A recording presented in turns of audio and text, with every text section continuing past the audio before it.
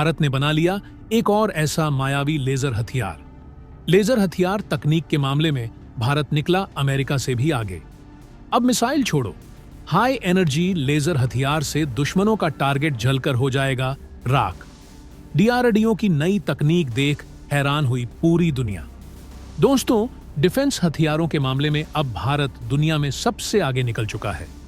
चीन, अमेरिका, रूस और जापान नई टेक्नोलॉजी के मामले में अब भारत से काफी पीछे हो चुके हैं, जो कि नामुमकिन देखा जाए तो भारत एक से बढ़कर एक टेक्नोलॉजी दुनिया के सामने ला रहा है, जो पूरा युद्ध का रूपरेखा ही बदल देंगे।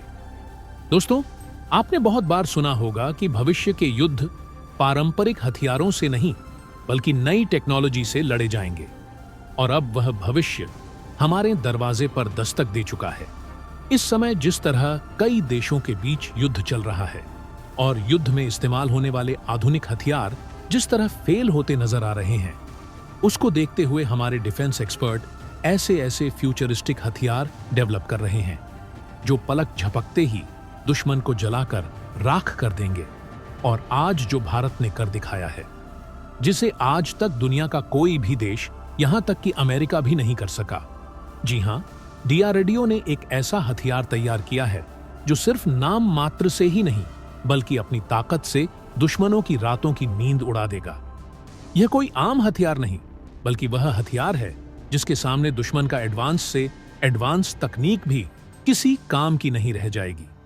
यह एक ऐसा हथियार है जो साइलेंटली पलक झपकते ही दुश्मन को खत्म कर सकता है। सबसे कमाल की बात तो यह है कि इस वेपन में बिना किसी पारंपरिक हथियार के भी अपार शक्ति मौजूद होती है। यानी यह एक हाई एनर्जी वाला ऐसा हथियार है जो दूर से ही किसी भी हथियार को पिघला सकता है। दोस्तों, आगे हम आपको बताएंगे कि यह ताकतवर वेपन क्या है और कैसे डीआरडीओ ने दुनिया के सबसे शक्तिशाली देशों को पीछे छोड़ते हुए इसे तैयार किया है। लेकिन दोस्तों, वीडियो में आगे बढ़ने से पहले डीआरडीओ के इस कामयाबी के लिए इस वीडियो पर एक लाइक तो बनता है।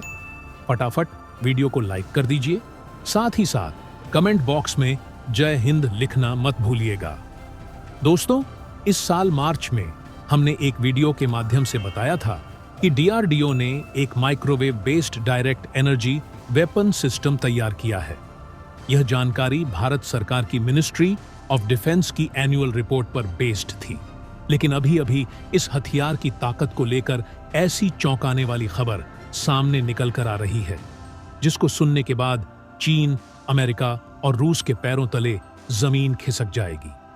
दोस्तों, दुनिया भर में बढ़ते तनाव को देखते हुए ज्यादातर देश अपनी सुरक्षा को और ज्यादा मजबूत करने के लिए डायरेक्टेड एनर्जी वेपन पर बड़ी तेजी से काम कर रहे हैं, ताकि ज्यादा से ज्यादा शक्तिशाली सिस्टम बनाया जा सके।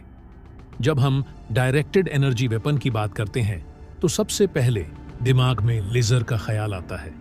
लेकिन डायरेक्टेड एनर्जी वेपन कई तरह के होते हैं, जिनमें अलग अलग तरह की तकनीक का इस्तेमाल किया जाता है। दोस्तों, डायरेक्ट एनर्जी वेपन एक ऐसा हथियार है जो बहुत सारी एनर्जी को एक ही जगह केंद्रित करके जटिल से जटिल चीज को पल भर में भस्म कर सकता है। यह उसी तरह से काम करता है जैसे एक तरह से कांच के इस्तेमाल से सूर्य की रोशनी को एक जगह केंद्रित करने जैसा है। ये लेजर वेपन क्रूज मिसाइल के गाइडेंस सिस्टम को क्षण भर में ही पिघला सकता है। साथ ही यह हथियार वॉरहेड या फ्यूल टैंक में विस्फोट करने की क्षमता रखता है। ऐसे में गाइडेंस सिस्टम और वॉरहेड या फ्यूल टैंक में विस्फोट होने से एरोडायनेमिकली मिसाइल अनस्टेबल होकर क्रैश हो जाता है। इनका इस्तेमाल फाइटर जेट्स, ड्रोन और हेलीकॉप्टर को गिराने में भी किया जाता है।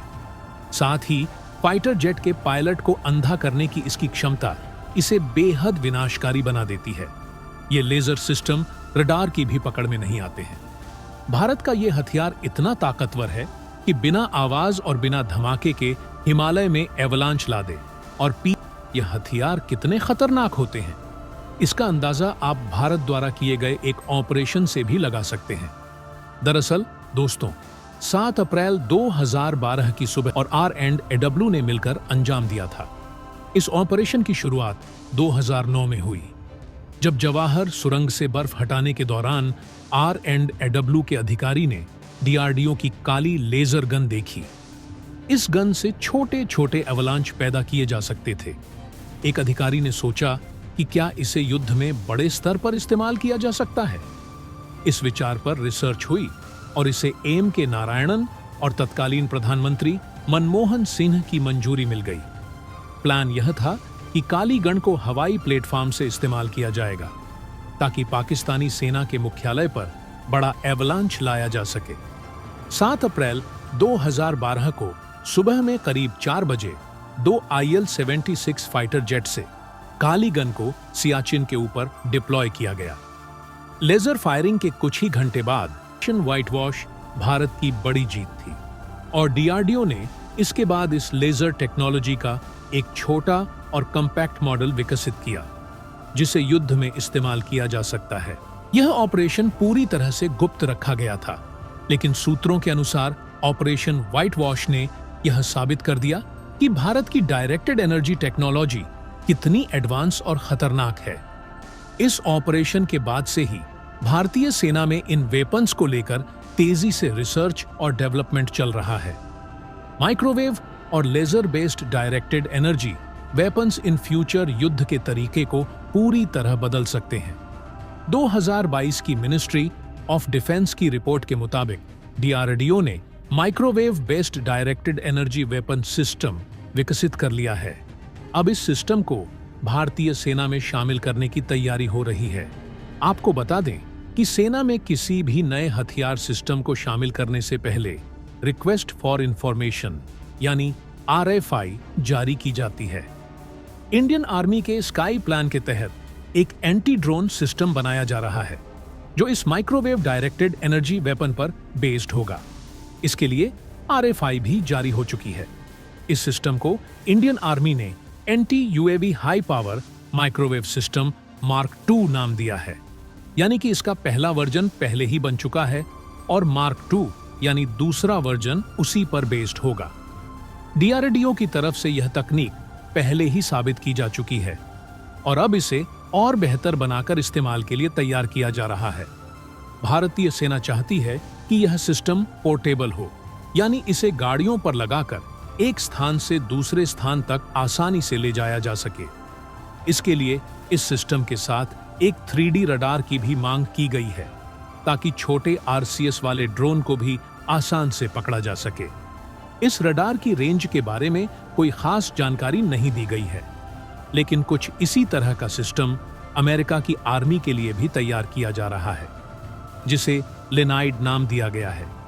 इसमें गैलियम नाइट्राइट बेस्ड रडार का इस्तेमाल होता है, जिससे यह छोटे RCS सिस्टम्स को डिटेक्ट करने में काफी सक्षम है।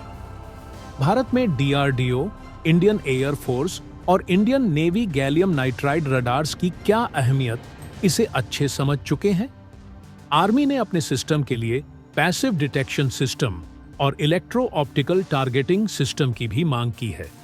हार्ड किल के लिए high power microwave weapon system की जरूरत होगी। ऑपरेशन व्हाइट वॉश की सफलता ने यह साबित कर दिया कि भारत इन हाईटेक हथियारों के मामले में दुनिया में सबसे आगे निकल चुका है। इससे भारतीय सेना अब अपने ऐसे मिशन को अंजाम दे सकता है जहां दुश्मन की अत्याधुनिक तकनीक को मात देने की जरूरत हो। अगर इन फ्यूचर ऐसे ऑपरेशन किए जाते हैं तो डायरेक्टेड एनर्जी वेपन, खासकर माइक्रोवेव सिस्टम्स, सबसे इंपॉर्टेंट हथियार बनकर उभर सकते हैं। इंडियन आर्मी की RFI 10 अक्टूबर तक सबमिट होनी थी, लेकिन अब इसकी लास्ट डेट 24 अक्टूबर कर दी गई है। डीआरडीओ इस सिस्टम का डिजाइन देगा, जबकि इसे कई वेंडर्स मिलकर तैयार करेंगे। अब देखना यह है कि इस प्रोजेक्ट के लिए कौन कौन से वेंडर्स आगे आते हैं। मेरे हिसाब से लेजर सिस्टम के मुकाबले यह माइक्रोवेव सिस्टम ज्यादा कारगर साबित होगा, खासकर ड्रोन स्वार्म के खिलाफ। पिछले कुछ सालों में इंडियन आर्मी ने एंटी ड्रोन सिस्टम्स पर जो काम किया है वह काबिले तारीफ है। तो दोस्तों, इसके बारे में आपका क्या कहना है? कमेंट बॉक्स में जरूर बताइएगा। तो दोस्तों, जय हिंद, जय भारत।